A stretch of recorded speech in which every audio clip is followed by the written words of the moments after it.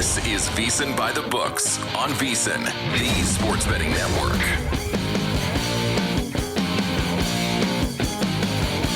And we begin the Tuesday morning edition of VSiN By The Books. Dave Ross here downtown Las Vegas at Circus Sports. He is our closer, Jensen Lewis, back home in Cleveland, Ohio. My friend, we've got changing weather coming into Las Vegas over the last 48 hours. What's it like in Cleveland? I just assume everything's like it is out here, but I always forget it's still different parts of the country. Great to be with you again, buddy. We've got a rain this morning, but a little bit of that summer temperature consistency starting to make its way here. So high 60s, low 70s. Well, again, we're always in the mix for winter weather conditions sometime in May. Just the head fake, just to ruin every gardener and plant enthusiast's life when they're ready to take that first. I tell you, it was hysterical. Everyone on Sunday was out getting covers off their patio furniture, cleaning off decks. So that's what I was doing most of the day. And of course, we've got big rugs, that we put out, all weather rugs to be able to protect everything. So had to roll those back up because it was going to rain today, just to make sure we're getting, some quotes on the day. It's just normal suburban stuff, dude. No big deal. Don't mind us. Everything will be good to go. And it's going to be a great rest of the week. Because, I bring it up, and what a great show we have lined up today. We're going to have Rex Hoggard on in hour number 3 down there at Quail Hollow in North Carolina. Did you see the rain down there? I mean, it's absolutely insane what they got down there. And that's going to might affect your handicaps. We'll catch up with Rex in hour 2. Of course, we're going to have Matt Youmans join us here in hour number 1, kind enough to get up early with us here on a Tuesday. So much to get to. Paul Caponigri is going to join us as well in hour number 2, talking puck. And is it over out here in Vegas? Maybe that's why the weather's changing here, and they're a little bit sad, down 3-1 and losing to Edmonton last night. And then JVT also in hour number 3 as well. I cannot wait to hear if Jonathan is in the conspiracy camp for the NBA draft lottery, or if it was just all above board last night. What we saw was somehow, some way, Cooper Flagg going number 1 to the Dallas Mavericks. What do we make of that, Jensen?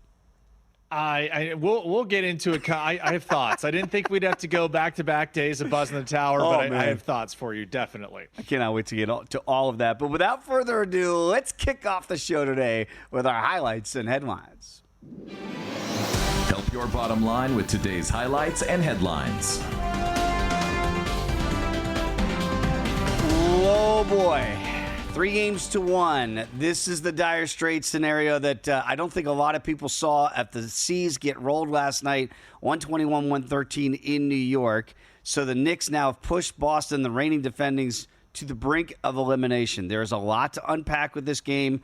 We're going to do it now. Now, obviously, everybody's going to look at the Jason Tatum injury, and it is devastating. And when you see it and you watch it, you go, oh, no, this is not what you're rooting for as a sports fan.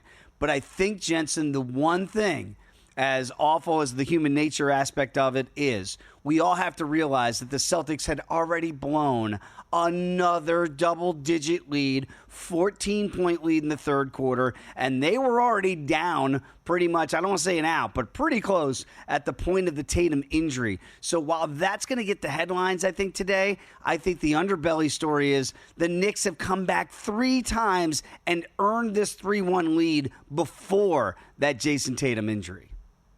Echoing exactly, those sentiments. And now, if it happens once, okay, maybe a fluke. If it happens twice, all right, maybe some adjustments. Third time, now you have to give credit where it's due. And the Knicks having the ability to spread out the scoring and not just rely. And again, hey, Jalen Brunson is authoring one of the great postseasons in New York Knicks postseason history.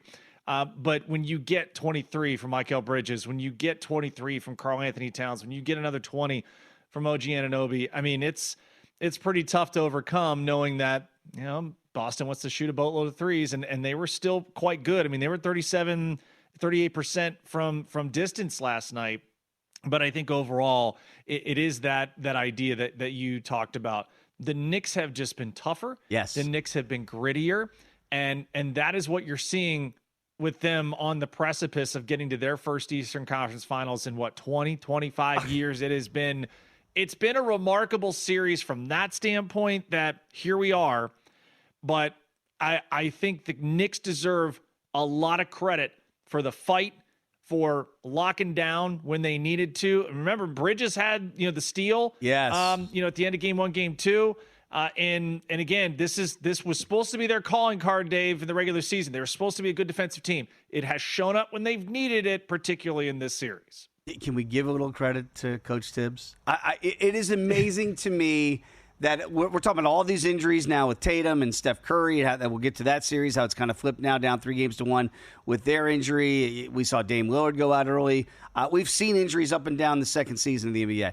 If anybody in the Knicks gets hurt, it's Tibbs' fault because he works them too hard. When they don't get hurt, you see the grit, you see the determination, you see the fight that you just talked about. Maybe that comes from the head coach. Maybe coaching still matters in this league a little bit. 121-113, the final there, as the Knicks now just one game away, as you mentioned, Jensen. What they shut down 7th Avenue yesterday there in New York City after the win? I mean, we talk about it. Like that town is so basketball starved. And again, going back to the draft lottery with Patrick Ewing, back then, maybe some funky business to get that. They never even got to a championship. Got to a title, didn't win it back in the Patrick Ewing era. But to think that this current iteration of the Knicks is one game away from getting back to the finals, Eastern Conference Finals, is absolutely astounding. I don't think anybody had that on their bingo card. If you had Edmonton winning last night, I could see that. If you had Edmonton shutting out VGK here in Las Vegas, didn't have that on my bingo card. Skinner, how about Stewart with that shutout win last night for Edmonton, his second career playoff shutout, and now VGK, kind of like the brethren there in Boston for basketball, they are pushed to the brink of elimination as Edmonton takes that 3-1 lead. What's your biggest takeaway from it? Because I didn't think we'd see a 3-0 win by either team, and if so, I thought it might be Vegas and not the other way around. I'd given out the puck line. I think over the weekend, VSiN.com pro subscribers had that one in pocket. You know me, I've been a sucker for puck lines a lot through this NHL postseason. This one was pretty sweet considering how, game 3 ended up, being where, VGK gets, that just win with under a second to go. How would Skinner rebound? He was out of position. Well, this was a pretty convincing retort, if you will. And our great friend of the program, Jonathan Davis, sending me these Stuart Skinner numbers. Ooh. You ready? Yes. He improved to 11-1 in his last 12 when playing games 4 through 7 in a series. Wow. 2 goals or fewer in 10 of 12 and 2 shutouts, including last night's affair. So perhaps we should have seen this coming. The great JD giving us those statistics for this morning. But, buddy, I think we said this weeks ago, right? The time to buy into Edmonton was when they were down in round 1, because if you felt that they were coming back, they were going to do it. And here we are now on the precipice of them getting to the Western Conference Final. We talked about it. We did it on the show, down 0-2 against LA. They had not even played a game yet in Edmonton. Can we go back in the time machine on that one? Just go back a couple weeks because we were all over that. Let's see if Vegas can rebound. But I didn't see that coming with Stuart Skinner. Great numbers from Jonathan Davis there to back it up. So kudos to Edmonton now with that 3-1 lead to try to get to the Western Conference Finals. We say that we love doing the show every day. We love talking baseball and talking all sports here and trying to get you the best information. But really, if you watched yesterday's show, you were all over it. With the Daily Diamond and with our baseball breakdown, Jensen. Let's go through that. You swept the board, my friend. It was again, we rode the tails of where the St. Louis Cardinals are, and obviously we'll talk about them coming up. Chance to win their 10th straight. But Wilson Contreras remains just blistering hot. They do it against the Philly bullpen, and you and I gave a handicap early in the year. If there was an Achilles heel, I know too soon Celtics fans talking Jason Tatum here, but if there was an issue that the Phillies would have to overcome, it was potential inconsistency in the back of the bullpen. And Dave, trust me when I tell you, when you're going up against a hot offense, you're going up against a hot team, you have that in the back of your mind as a leverage reliever and say, we cannot allow a crack in the armor here to explode what happens. And again, it wasn't massive, but Mason Wynn, your go-ahead game-winning home run there late off the Philly bullpen. So Christopher Sanchez is a little dicey there. He got 5 real quick.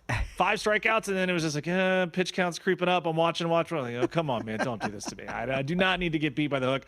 The best one of the night, our Colorado Rockies. Oh, that was great. It's great. That was such a great call last night. The first five plus a half gets home, and they give up the lead at the bottom of the 6th. Wyatt Langford hits a 2-run homer. The Rockies lose.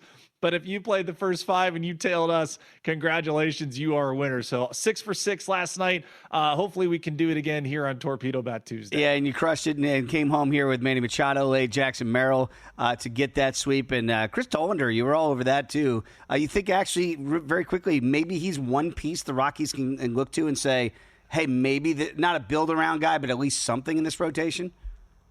Yeah, as long as he's not the guy talking smack that we talked about yesterday in Buzz in the Tower, from he is a University of Tennessee volunteer, so I don't want to go too far. But electric stuff. He's got just a fantastic swing and miss arsenal. So they have a couple of pieces. It may not be next year, but they may start to see some fruits of their labor, that minor league system, here in the next couple of seasons. And, when I was back in Vegas on Saturday night watching Edmonton in that great VGK comeback win, I was simultaneously watching UFC 315. I lost the first fight of the night on Saturday night, Jensen, and then swept the board the rest of the night, north of the border there in Montreal. The leg, baby. Yeah, can we just have one day like you had yesterday where you get everyone right? I mean, I know we can't be greedy here. Like Will Hill says in the Should Have Bet More podcast, be happy for the wins that we did have. When we come back, much more NBA and NHL. That is next here on VSiN By The Books.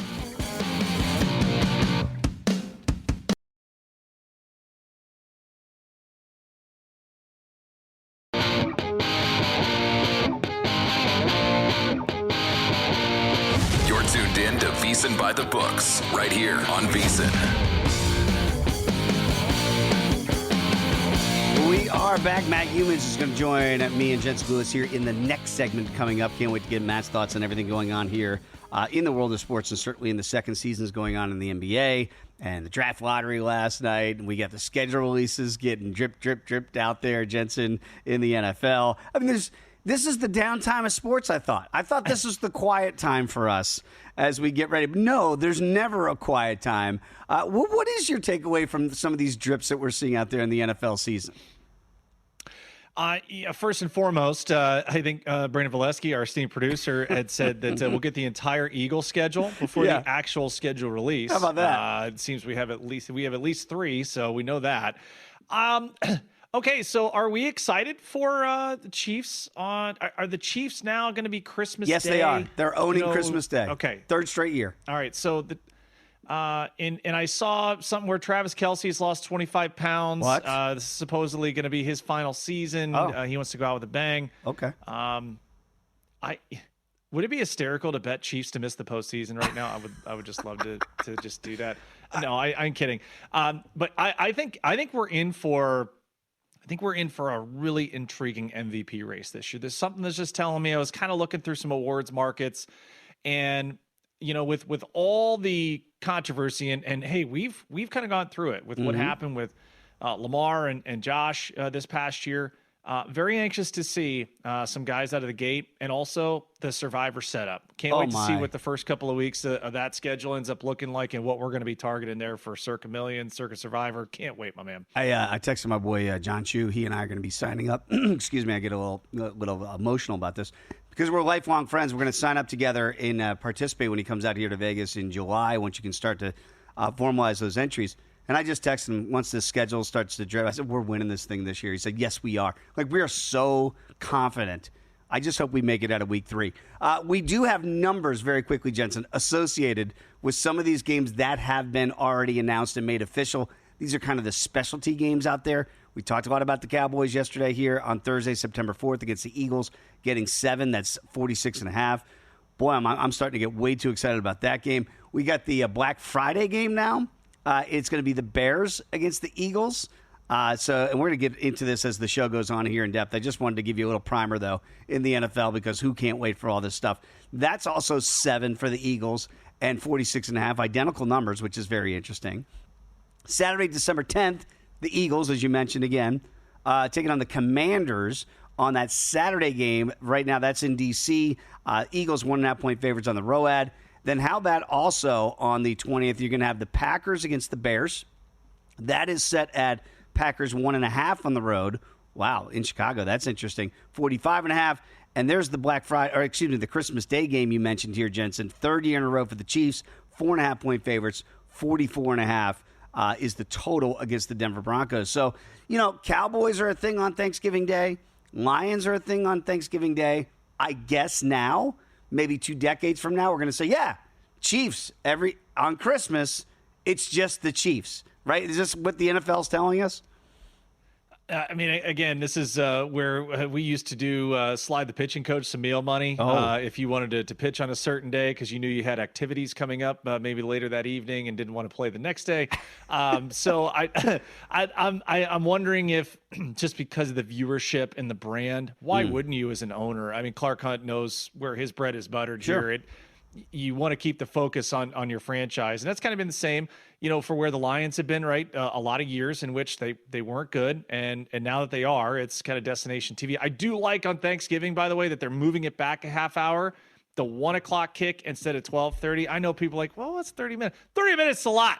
Okay. Yeah. I want to sleep a little bit. I want a little, champagne, celebrate, and then, we'll slide right into the couch and be ready to go. I'll be home with the family, as is tradition on Thanksgiving, with mom and dad and everybody back home in Virginia Beach. And they've been so good to me through the decades that we literally move dinner around the Cowboy game. I mean, this is the way it's always been. We're just not missing the Cowboy game. Some people think that's an unfair advantage. I know Mahomes was kind of, he's whining a little bit last year about all the games they had to play and all those.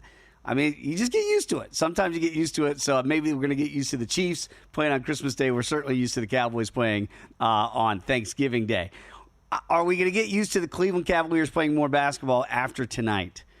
And you and I talked about it before the show even began. I'm looking at this number tonight against Indiana, and I saw 8 here at Circa behind me, 7.5 right now at DraftKings. Donovan Mitchell, Spider-Man, is going to be a game-time decision. Jensen, that still feels like a heavy number to me. If Mitchell goes, obviously you feel like that's the only way you can play the Cavaliers is you're a doctor out there on X, and you're like, yeah, he's definitely going to go. I mean, I'm not confident that is going to be in fact. But how do you play this number now, not truly knowing the health of Donovan Mitchell? Yeah, I kind of said that to some friends and family here of like, boy, that feels immensely high, just not knowing your star players' availability and even if it is there. Just by the data here, Dave, it's still not very convincing. 25% of the bets, 51% of the handle. So, the money is about even, and that doesn't shock me, just knowing that that's probably the biggest caveat of where that money could go. Here's the handicap is very simple. If you feel the Pacers do not take their foot off the gas and they absolutely come out and try and put the Cavaliers on skates, it's a first quarter spread for the Pacers. If you want to get really dangerous, it's a first quarter money line right now before we get news that Donovan Mitchell is available or is not. And you're banking on those plays being that Donovan Mitchell will not be available. My heart of hearts, the athlete, and knowing how Donovan is mentally, he'll do whatever he can to get on the court. If he's physically able to be upright, he's going to try and do it. But he's been dealing with this injury for a while. And to see how he exited, that game 4, that is a lot. There's a lot of trepidation here in Northeast Ohio about what he could do. And I'll just say this, too. We talked about it off the top with the Jason Tatum injury. When that injury reoccurred warming up for the second half, they were down 41 points, right? So even with Donovan Mitchell in the lineup in Game 4, they were getting the doors absolutely blown off them by this Pacer team. So that just feels really heavy to me. And by the way, if he is going to be healthy, and you can count on the Cavaliers looking like the regular season cap, they're plus 425 to win the Eastern Conference. Now, Boston is now 9-1 underdogs because of the Jason Tatum injury. I don't know how they're going to win 3 games. They couldn't win more than 1 game with him healthy through the first 4. So figure that out. But again, if you really think that Donovan Mitchell is going to be just fine, and they're going to cover this big number tonight, then maybe you want to say they can win 3 games in a row at plus 425, but that's your money, not mine. Nuggets and Thunder, that game still in series is still tied up at 2. And I was thinking of this today before we get to Game 5 tonight, Jensen. Out of the remaining teams, and I know injury is now a big reason why kind of some of these numbers have drastically changed. But when you have a Steph Curry that's out and they're down 3-1 after losing last night to Minnesota, you have Tatum out, obviously, for Boston going forward. The Knicks have a bunch of guys, but a big one, certainly in Jalen Brunson. You know, it's Mitchell and really good cast. Now you might not even have Mitchell. It feels like the best duo left is in Denver. It's still Jokic and Murray, right? Like this, you know, Shaq and Kobe, that was enough. Tatum and Brown, that was enough last year, and the others. Like, if you've got Denver and you've got a championship already with this duo and the others, we know, Michael Porter Jr.'s got the bad shoulder. Shouldn't that be enough? Shouldn't that be enough for Denver? The numbers say no, they're not going to be enough. Plus 380 here and plus 350 on the money line here, getting 10 tonight at OKC. Well, I know there's a coaching change, but I'm kind of miffed that all of a sudden, from a championship 2 years ago, that it's not enough to just have Murray and Jokic in their prime. I know OKC's super good, but Jensen, are we overlooking the Nuggets here getting 10? Yeah, because, I mean, the prevailing sentiment would be we've done that for most of the series and saying, okay, Oklahoma City should be able to impose their will. We thought about the rest, the lack of rest, I should say, of the Nuggets coming off a grueling 7-game series, and then they come out and they do what they do in Game 1. Heart of a champion, though, you have arguably still the best player in the game in Nikola Jokic. Mm-hmm. But I think we had said, too, we felt like Oklahoma City had taken the best punch from the Nuggets and now could just absolutely go right after where the Nuggets bread is buttered and just eliminate or limit as much damage as the supporting cast. Like they will say, okay, single-handedly, Nikola Jokic, you must beat us. No one else is going to do anything. And the best part is the Thunder have the defensive resources to do that. They can lock it down. That's how they won, in Game 4. I think that's where we find it tonight. Again, 21% of the bets, 30% of the handle here on the Thunder, minus 10. So still a lot of public sentiment that kind of lines up with what your thought process was, that there's still belief in the Nuggets here, even at that double-digit spread. I'm not saying the big 3 days are over.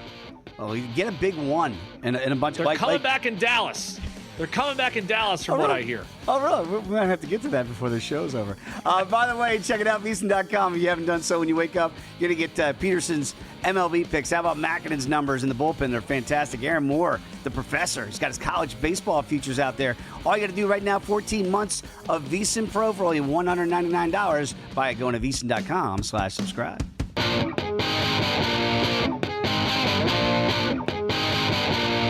You're tuned in to VSiN By The Books, right here on VSiN.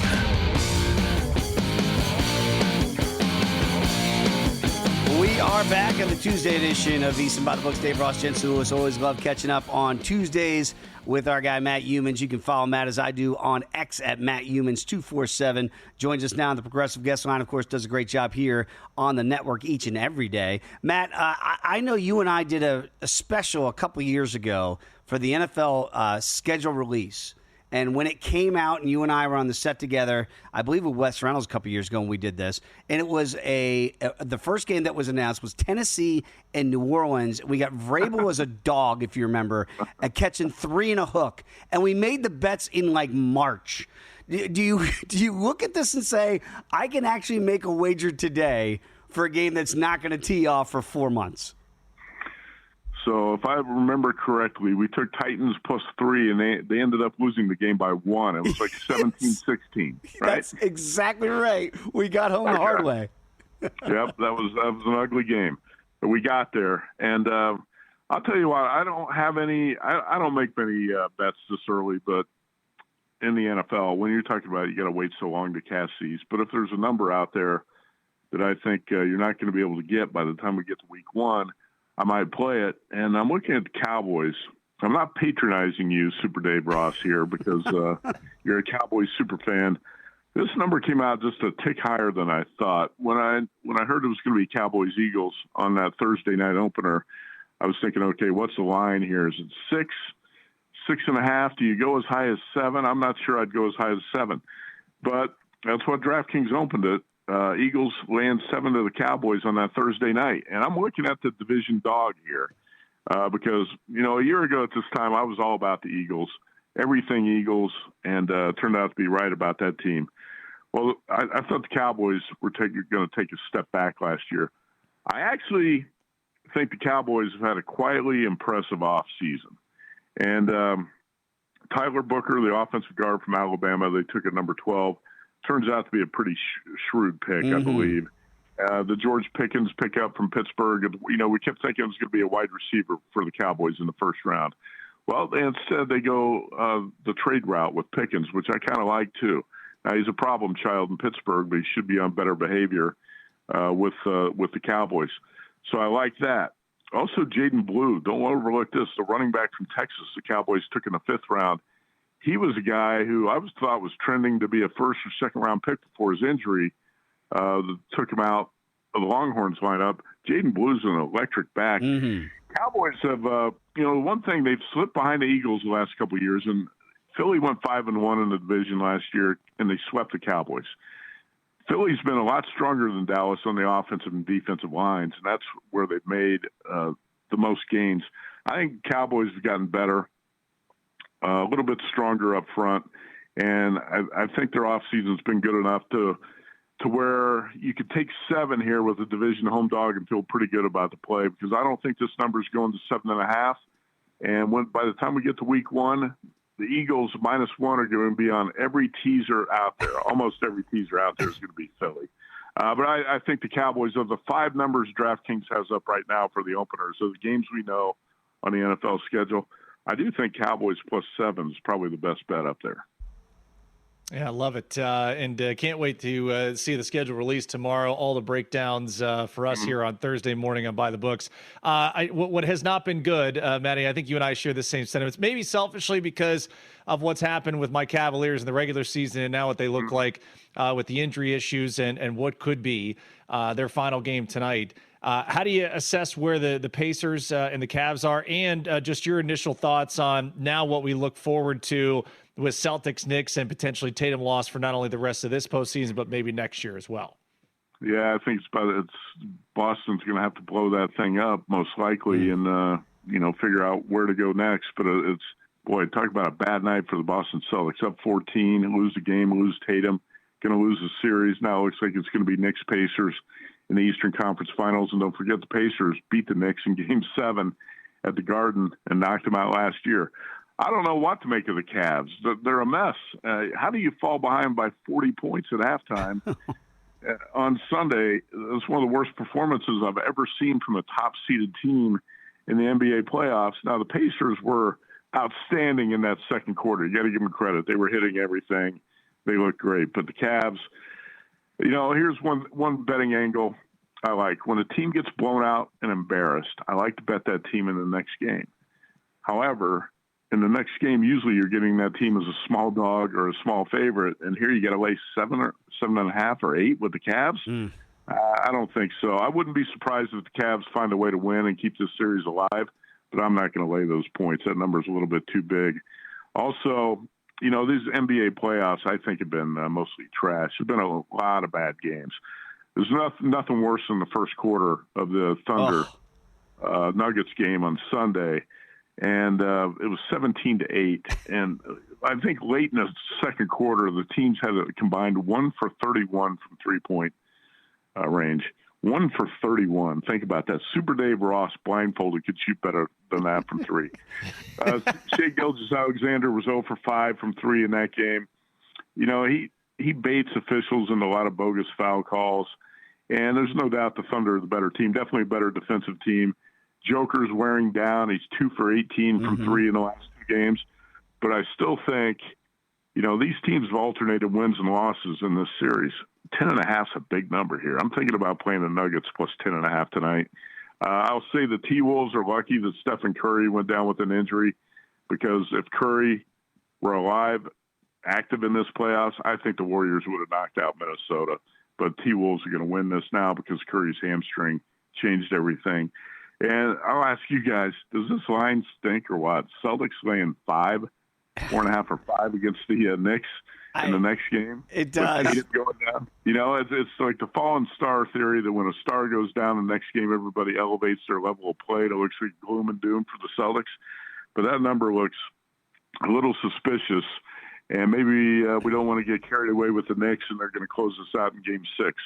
But I think Nuggets plus 10.5. If I had to play something right now, I think that's what it's going to be here on the Tuesday and Wednesday games. I see it the same way too, Matt. And by the way, if you don't guard me, I will knock down multiple threes. Just nobody running at me off a screen or something. I can knock down 2 out of 30.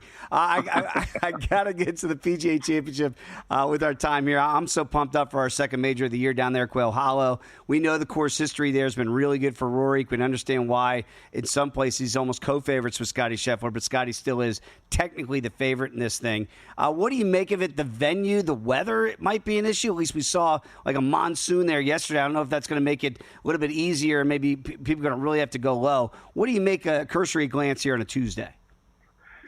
Yeah, I'm looking forward to this PGA. This is going to be good at Quail Hollow. Now, I did see yesterday, I think that course took more rain on Monday than Vegas has had in the last year. Wow. And apparently it's going to be heavy rains again Tuesday. So I think we want to look for bombers off the tee. The course is going to be soft. Length off the tee is going to be important here. So, you know, my list of guys I'm looking at, Rory is on there. But how do you bet Rory here? You're going to bet him matchups. You're going to bet him top 5. I think top 5, maybe plus 110s. But it's tough to take 5 to 1. I just don't trust his putter enough to take him, even though he's won at Quail Hollow 4 times. I don't want to bet him at 5 to 1. I might bet him top 5 and in matchups. I am going to look at Bryson DeChambeau, who's got great putting stats at Quail Hollow. DeChambeau, you could play him at about 11 to 1. I think that's a number at Circa where Dave Ross is sitting right now. That's not bad on Bryson. Top 5 plus 180 at DraftKings. So I'm going to look at him. You know, Justin Thomas is a player I have not touted for a long time. I've not bet him for a long time. But I think he's finally got his form back. He finally broke that, the winning drought he had recently. Played well again last week. He's a 2-time PGA champ who's won at Quail Hollow 8 years ago. JT to win at about 22-1 might be worth a shot there if you're looking for mid-range. Also top 10 at plus 175. Shane Lowry is the bridesmaid, and he's been so close so many times.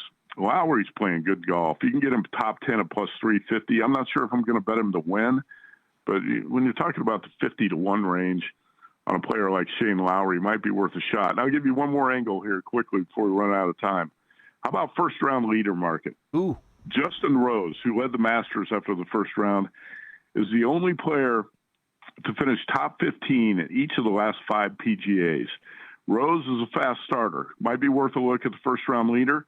He's 90 to 1 to win the tournament, so you can get a big number on that. And Keith Mitchell, this is pretty obvious by now, but Keith Mitchell, former Georgia Bulldog, last 5 first rounds on tour, scoring average of 64.2 with 3 firsts and 2 seconds in the first round. So I think he's worth a first-round leader bet as well. Kashmir Keith, styling and profiling out there and cashing tickets in first rounds all the day. It is amazing. By the way, the big Swede, Ludwig Oberg, is drifting a little bit, 28 to 1 I'm seeing here, which I don't understand that at all. Matt, you're the best. We appreciate you, man. Check him out on VSiN PrimeTime, everybody. And go Cowboys. I love that handicap. Take the 7 with the Cowboys on September 4th. Come on back. Much more to get to. Just getting started on a Tuesday edition of VSiN By The Books.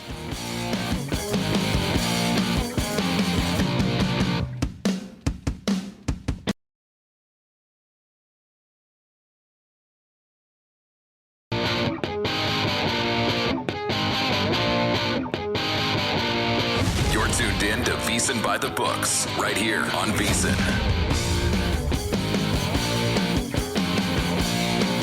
We are back, VSiN By The Books on this Tuesday edition. Great conversation, as always, with Matt Youmans.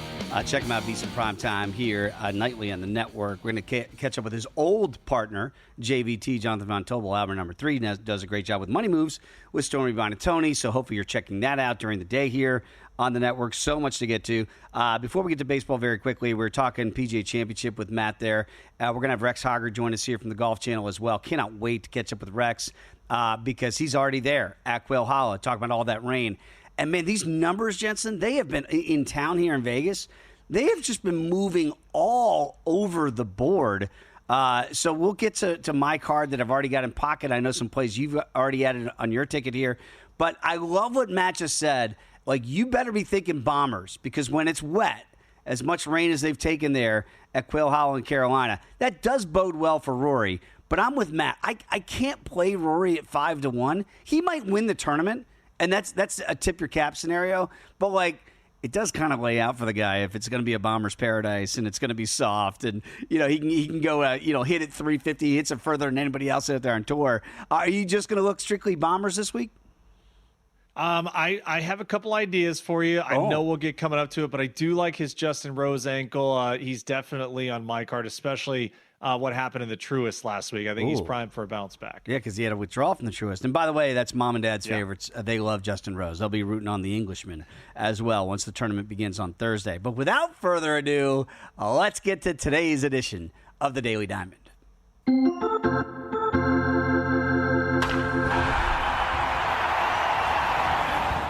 The Blue Jays were a great story at the beginning of the year, and then we said, now they're going to go away. And then feel like maybe they're right back in the mix here. What do you have north of the border today? Yeah, so we will go, Canada.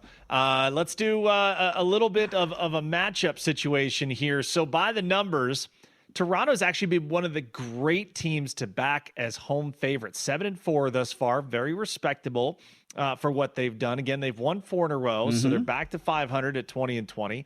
Tampa, though, conversely, has been the best team in Major League Baseball as a road underdog, 6-4 to the number. Tonight, you get a pretty good pitching matchup as well. You'll get Shane Baz and Jose Barrios. So I do think you'll have with a low total of 8. Let's go target the first 5 under. I locked that in, Dave, at 4.5. So the under 4.5, got to pay a little juice here, minus $1.30. But I think you see two guys that have generated a fair amount of swing and miss in their tenure and also throughout this season. I think we get a little bit of a pitching duel to start this one. Yandy Diaz quickly has great numbers against Jose Barrios in his career. And so I think he goes for 2 or more total bases. But listen, the Rays offense has struggled mightily. So scoring could be at a premium for them, not only tonight, but for the rest of this series. I took 3 years of high school Spanish. I still can't trill like that. I can't. It's still Barrios. I want to say Barrios. I can't get it. I can't trill like that. It is fantastic the way you get that out there with Jose. I will say this, too, by the way. I've had this discussion for years. I love O Canada. It is a great national anthem. I don't know that it's better than ours. And it's not just like the American, right? No. It's still not better than our anthem, right? It's really good. No. Your anthem is good, Canada. It's just not on our level. Is that fair? It is not, because it's not us. It's not us. I mean, if we were Canadian, yes, the Canadian anthem would be better. But we are red, white, and blue through and through. There we go. In a Jensen Ross administration, that will never change. What about right now, north side of Chicago? A lot of excitement over this Cubby Bear team. You think they stay on the good foot today? Yeah, play the hits. That's the theme, and also the numbers back it up. How about this, Dave? The Marlins, second overall to the over, regardless home or away. They match him against the Cubs, third best overall to the over, regardless home or away. But the cherry on top, Miami, the top road team to the over when they play away from Marlins Park. Chicago, the best team to the over when they are there at the friendly confines. Let's not overthink this one. Over for the full game. It is juiced slightly to the under here, so we'll check the weather conditions. Actually, I'm so glad I did it. It is now 8.5. Okay, so now to $1.10. It's minus $1.05. here on DraftKings. But do think we get some offense here. You get Valente Baloso is going to get the start for the Marlins, and then just the old Ben Brown for the Chicago Cubs. Offense abounding here for the Chicago Cubs. Their lineup has been very good. They call up one of their top catching prospects today. Ian Happ's going to go on the IL. Moises Ballesteros is going to come up. He can do catching. He can be a DH. I don't know if they're going to put him in the outfield. He's very versatile here, Dave, so could be a plug-and-play option for Craig Counsell, but I believe the Cubs, they get to Valente Baloso here early and often. 8.5, as you mentioned. You slightly did that under minus $1.15. One of the coldest games I've ever gone to is a beautiful June game in Wrigley Field. You talk about the weather, like in Cleveland. June game. And it was freezing cold. And by the way, Ryan Sandberg hit a home run that day that I was there. I had an old style, and the woo-woo man was doing his thing in left field. It was a spectacular day at Wrigley, but it was cold. So check those weather reports there because, man, when that wind's blowing in, woo, look out. How about the M's going up against the Yanks today in Seattle right now, kind of regressing a little bit, I guess would be the word. Yeah, and we're taking it to the max, highlighting Max Fried here, who gets the start for the Yankees, and he's been utterly ridiculous. Let me give you this idea for the Cy Young race, and again, all credit where it's due, because Tarek Skubal's been absolutely unbelievable. Yes. Garrett Crochet's been very good. Cole Reagan's been good.